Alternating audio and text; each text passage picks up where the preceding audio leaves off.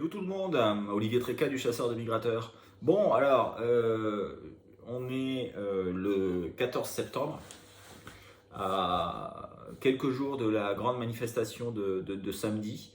Donc j'invite vraiment tout le monde à y aller. On voit de plus en plus que nous sommes attaqués de partout.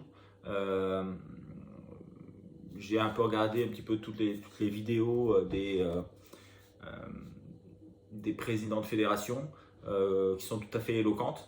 Et je vous invite réellement à vous rapprocher de fédération et à vous rapprocher des transports qui sont mis en place pour pouvoir aller dans les villes les plus proches de chez vous et pour pouvoir dire non à la politique de Madame Barbara Pompili. Cela dit, depuis vendredi, qu'est-ce qui s'est passé? Alors vendredi, samedi, autant dire qu'il n'y a pas eu grand-chose. Hein. Ça a été très très calme. Mais comme prévu, à partir de dimanche, il y a eu un petit quelque chose. Donc dimanche, il y a eu un petit quelque chose avec toujours des souchets, quelques chipots, quelques sarcelles qui ont été vus. Surtout, enfin, dans l'intérieur, mais aussi un petit peu à la côte. Le lendemain, tout ça s'est arrivé un petit peu partout. Donc la nuit dernière, de lundi à mardi, il y a eu, on va dire, un bon petit mouvement. Hein. Sur les vallées d'Oise, ça a bien tiré. Sur les vallées intérieures, ça a tiré correctement. Voilà. À la côte, c'était tout à fait correct. Alors quelles sont les espèces qui ont été rencontrées? Eh bien, surtout des sarcelles d'été aussi, un petit peu. Souchet. Et puis, je ne sais pas exactement, mais il me semble qu'il y a eu aussi quand même un petit peu de siffleur à la côte. Et ça devrait continuer. Vous allez voir dans les prévisions par la suite. Donc, voilà. Continuez à vous abonner à toutes les chaînes. Hein. Je rappelle, la chaîne TikTok. La page Facebook, Chasseur de Migrateurs Olivier Tréca, la chaîne YouTube, Chasseur de Migrateurs, et puis, je le rappelle à chaque fois, mais sur la page Facebook, j'ai épinglé en haut de la page un post avec le lien Google sur lesquels il faut cliquer pour pouvoir donner vos observations et écrire vos observations. À partir de là, chaque observation est enregistrée dans une base de données et cela permet à Thierry Verdier d'envoyer à chaque personne qui a fait une observation un récapitulatif journalier le soir, hein, de toutes les observations qui ont été données avec des moyennes par grande zone. Voilà, donc il y a le nombre de pauses, le prélèvement moyen, le nombre posé, le nombre moyen par pause, etc. Donc c'est intéressant.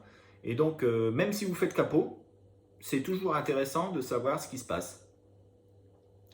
Et de dire, bah voilà, là on avait prévu de la migration, il n'y en a pas eu, on s'est trompé. On n'avait pas prévu de la migration, il y en a eu, on s'est trompé. Ou alors on avait prévu de la migration et il y en a eu, et on est content. Voilà. Bon, écoutez, je vous laisse avec les prévisions de Thierry Verdier. Et après, il y aura celle d'Avrel, du Chasseur de Migrateurs. Et puis enfin, il y aura les miennes pour la semaine. Alors je crois, on n'est pas tout à fait d'accord. Surtout, mais écoutez, vous ferez votre opinion, puis on verra vendredi qui est-ce qui avait raison, qui est-ce qui avait tort. Allez, ciao, à bientôt. Bonjour à tous, en ce mardi 14 septembre pour la prévision des 5 prochains jours. D'abord, laissez-moi vous dire que on s'est trompé pour au moins 3 raisons. La première, c'est que cette année, c'est toujours mieux que ce qu'on pourrait penser. On a toujours des démarrages de migration très forts dès que le temps s'y met et je pense qu'il va falloir s'habituer à ça dans les semaines qui viennent. La deuxième raison, c'est que la météo s'est plantée méchamment. Il s'est creusé une dépression sur la Manche hier midi. Cette dépression a apporté pas mal de flotte sur la Normandie, et sur les côtes et puis sur le nord. Et le gibier en a profité immédiatement pour envahir les marais. Et il y a eu de très très belles réussites de fêtes dans le Nord. Et la nuit était bien meilleure que ce qu'on avait pensé au départ.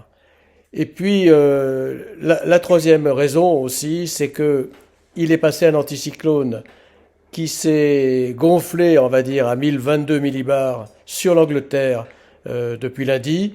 Et cet anticyclone qui a basculé progressivement vers la mer du Nord a aussi provoqué un mouvement. Donc il y avait plein de raisons pour lesquelles on a été moins optimiste que ce qu'on aurait dû. Ceci dit, on avait quand même prévu de la migration, mais pas à ce point-là. Voilà. Alors cette semaine, qu'est-ce qui se passe? Eh bien, à vos marques, prêts, partez. Eh bien, exactement. On a 3 jours, on va dire, moyens. Et puis, on va finir en apothéose. Nos migrateurs vont certainement avancer très, très, très, très vite en fin de semaine. Je n'ose même pas vous dire la note que m'a donnée le système informatique parce que c'est un petit peu délirant. Voilà. Une petite note pour lundi, avec le marais barométrique qui continue, des conditions anticycloniques médiocres. On a aussi une perturbation qui reste encore sur la Manche et beaucoup de brouillard ce soir partout. Et ça, c'est vraiment mortel pour la chasse. Et je pense qu'on n'aura pas trop quand même de résultats. Pour mercredi, c'est le même tarif, avec une note encore un peu plus basse. Toujours la dépression des Pays-Bas au Danemark, du brouillard au-dessus et des vents qui vont pas dans la bonne direction derrière. Donc on n'a pas cette situation très favorable, donc 1 sur 5 seulement pour mercredi. Pour jeudi, voilà une note qui va commencer à monter. Il y a des raisons pour ça. C'est que le champ de pression commence à remonter sur la mer du Nord. On a toujours notre tension migratoire qui est assez forte et il y aura peut-être un petit peu moins de brouillard et la dépression du Danemark est en train peut-être de s'évacuer vers l'est. Et donc je mets 1,8, ce qui est juste la moyenne de ce qu'on fait quand même en France toute l'année. Mais bon, ça fait quand même un niveau acceptable. Pour vendredi, surprise, surprise, l'anticyclone russe se met à gonfler et vient déborder sur la Scandinavie et ça nous donne une situation assez idéale avec des vents d'est et de sud-est, avec une couverture anticyclonique importante, la Lune étant déjà assez importante, elle nous éclaire bien, une tension migratoire très forte et un jet sur la Scandinavie qui vient balayer tout ça. Eh bien tout ça, ça nous donne du 4 sur 5, ce qui est une note exceptionnelle pour le mois de septembre. Mais j'hésite pas à la donner parce que le système informatique peut me donner encore plus. Je n'ose même pas vous dire combien. Voilà, donc on va maintenant voir ce qu'il y a pour samedi. Pour samedi, on va monter d'un cran encore. La situation est pratiquement idéale. Le scénario de rêve. On a l'anticyclone qui part de la Russie, qui va jusqu'à l'Angleterre. On a une couverture anticyclonique énorme. La Lune est magnifique. Tension migratoire maximum. Les jets sont magnifiquement orientés du nord-est sur la Bastique. On a une note à 4,5, mais je n'ose même pas vous dire ce que le système informatique m'avait donné parce que c'est un petit peu trop gros pour être montré comme ça. Et donc, je ne peux que vous encourager à courir au gabion, à la hutte, à la tonne samedi soir, après la manifestation, bien entendu. Allez, je vous souhaite de très très bonnes bredouilles, surtout une très très belle fin de semaine. Au revoir. Bonjour à tous, Avril pour le chasseur de migrateurs. Pour ce soir, il y en a qui s'enflamment, mais moi je vais pas m'enflammer. Je vais mettre la note de 0,75 sur 5. Quand on voit qu'en altitude il y aura un vent de sud-ouest à 20 km/h, il n'y a pas de quoi fanfaronner. Donc 0,75 sur 5. Demain, mercredi, on peut être surpris par une arrivée de gibier anglais, mais vraiment sur le Calaisis, les Flandres maritimes pas plus bas. Donc je pousse la note à 1,5. Et pour ce jeudi 16 septembre, je redescends la note à 0,5 parce que il y aura très peu de vent et le peu de vent qu'il y aura, ça sera du sud-ouest. Voilà, on a passé les 1000 abonnés sur la chaîne TikTok. On va démarrer les lives prochainement. Bonne semaine à tous et bonne bredouille. Bon, eh bien, on va faire vite pour les prévisions de la nuit de mardi au mercredi jusque la nuit de samedi à dimanche. Alors, quelle est la situation? Quelle est la situation? On a des hautes pressions qui recouvrent quasiment toute la Scandinavie, avec une dépression sur la Russie, ce qui entraîne un courant de nord-est sur la Sibérie jusque les pays baltes. Après, eh ben, c'est plus compliqué pour les oiseaux parce que ils se retrouvent dans une situation un petit peu sans vent, avec des pressions qui ne sont pas très hautes, mais qui sont présentes quand même sur euh, la Biélorussie, la Pologne, l'Ukraine. euh, voilà. Et puis, bah, chez nous, on a plutôt une sorte de régime dépressionnaire, j'allais dire c'est un peu compliqué de définir tout ça, mais ce sont des basses pressions qui remontent un petit peu du sud. Alors, c'est jamais très très creux, hein, forcément, mais ça génère quand même pas mal de pluie. En particulier, il va y avoir des pluies importantes sur le sud de la France. Bon, ça va tourner, les vents tournent au sud, et puis voilà, mais moi je pense quand même que le mouvement qui a eu lieu hier devrait continuer. Surtout que bon, il y a des vents a priori de sud-est sur la Pologne. Ça devrait partir. Alors ça devrait arriver probablement un petit peu sur l'est de la France, mais pas beaucoup plus loin parce qu'il y a de la pluie. Alors surtout sur l'est, le nord-est, et un petit peu plus sur l'ouest, sachant que bah, il y a des oiseaux qui vont continuer à rouler. Attention au pilet parce qu'on n'en a pas encore vu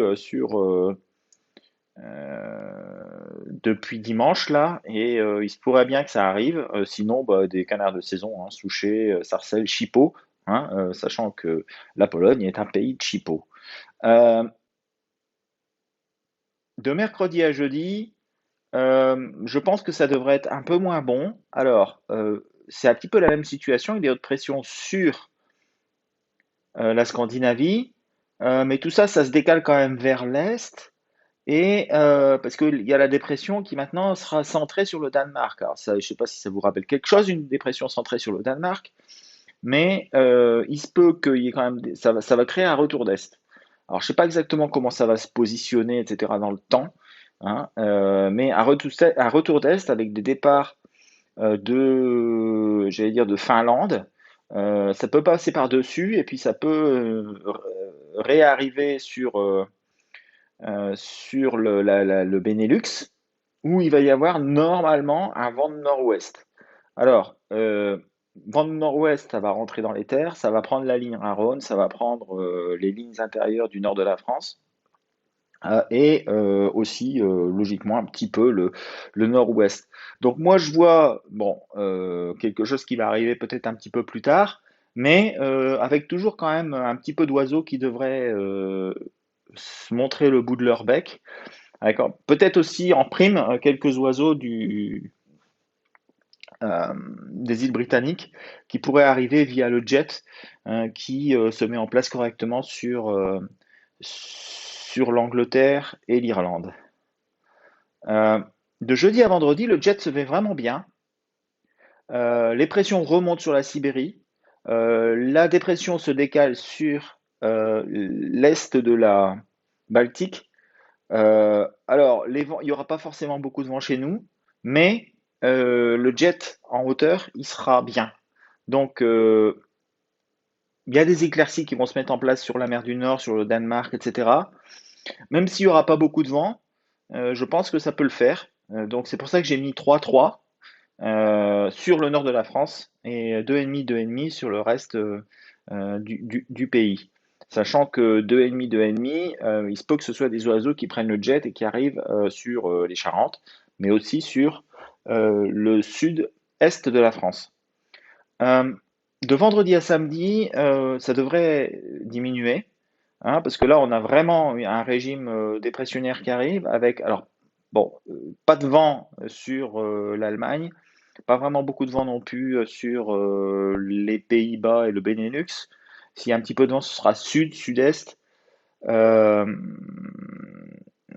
il y aura moins de visibilité, je pense.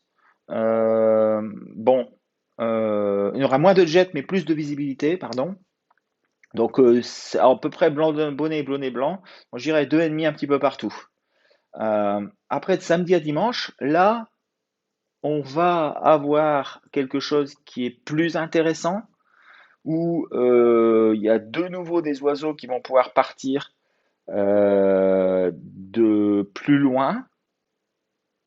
Euh, voilà, mais plutôt sur l'est du pays, hein. Donc je pense que ça peut être intéressant, mais ça va toujours passer sur l'est du pays. Donc 3-3 pour la ligne Rhône, le nord-est, la Meuse, euh, la vallée du Rhône, etc. Et puis un petit peu moins bien sur l'ouest, avec un vent qui va plutôt, un flux qui va partir plutôt sur à l'ouest, hein. Alors ça ne sera pas très fort, ça peut être encore relativement correct. Après, dimanche à lundi, bon, c'est à peu près la même chose, donc ça devrait probablement continuer à arriver, mais de manière plus diffuse. Donc je dirais, selon moi, faut se méfier quand même de la nuit de jeudi à vendredi, qui pourrait être relativement intéressante, en particulier sur le nord. Et puis la nuit prochaine, hein, où sur l'est du pays devrait arriver encore des choses. Et si ça rentre, ça devrait rentrer par les terres. Voilà, bah écoutez, je vous remercie beaucoup. Je vous souhaite une excellente semaine. Et puis on se retrouve vendredi pour les prévisions du week-end et la préparation de la manifestation du lendemain. Voilà, à bientôt, ciao.